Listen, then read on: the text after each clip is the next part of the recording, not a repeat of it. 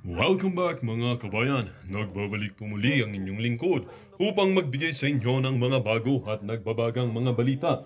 Tila ba naging mainit na usapin ang isyong ito sa mundo ng social media? Sa isang dramatikong pagliko ng mga pangyayari, naglabas ng malakas na tugon si General Karamat sa mga banta kamakailan ni Pangulong Kuting hingil umano sa katiwalian sa hanay ng administrasyon.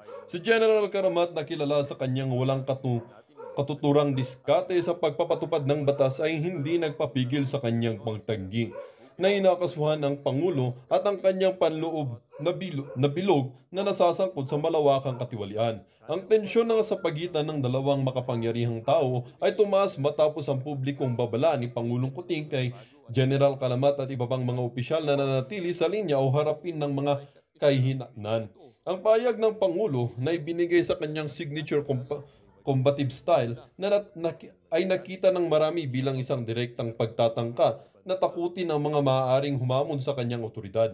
Gayunpaman, sa halip na umatras, si General Amaramat nagpatutok ng mga paratang na maaaring yumanig sa pundasyon ng kasalukuyang administrasyon. Sa isang press conference na ginanap noong Lunes, ibinunyag General Kalamat kung anong sinasabi niyang hindi may kakailan na ebidensya ng katiwalian na kinakasangkutan ng mataas na opisyal na malapit kay Pangulong Kuting.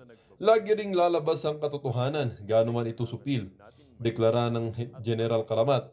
Binigyan din pa niya na nararapat malaman ng sambayanang Pilipino ang katotohanan sa mga maling gawaing nagaganap sa loob ng kanilang pamahalaan dahil sa mga akusasyon na gaagawan ng hindi malinaw na pagtanggiang at nanawagan para sa pagkakaisa sa gitna ng inilarawan nilang walang basihang pag-atake sa karakter ng Pangulo. Sa kabila nito, inuulat ng mga tagaloob na mayroong lumalagong pagkakabalisa sa loob ng administrasyon dahil sa mga pahayag ni General Kalimat ay inuulat ang sineseryoso ng kapwa publiko at iba pang mga politikal na figura.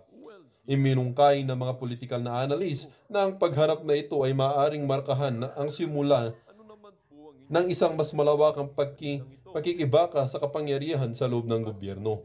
Ito ay hindi lamang isang labanan ng mga salita, sabi ng isang analis. Ang aming nasaksihan ay maaaring humantong sa mga makabuluhang pagbabago sa dynamics ng kapangyarihan, lalo na kung mas maraming opisyal ang darating na may katulad na mga paratang. Well, para nga sa buong impormasyon ay panoorin na lamang ang buong video at kung bago ka pa lamang sa aking channel ay huwag kakalimutang mag-subscribe, pindutin ang notification bell at piliin ang all upang laging maging updated sa mga bago at nagbabagang mga balita.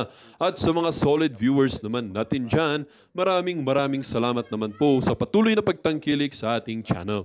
Tuloy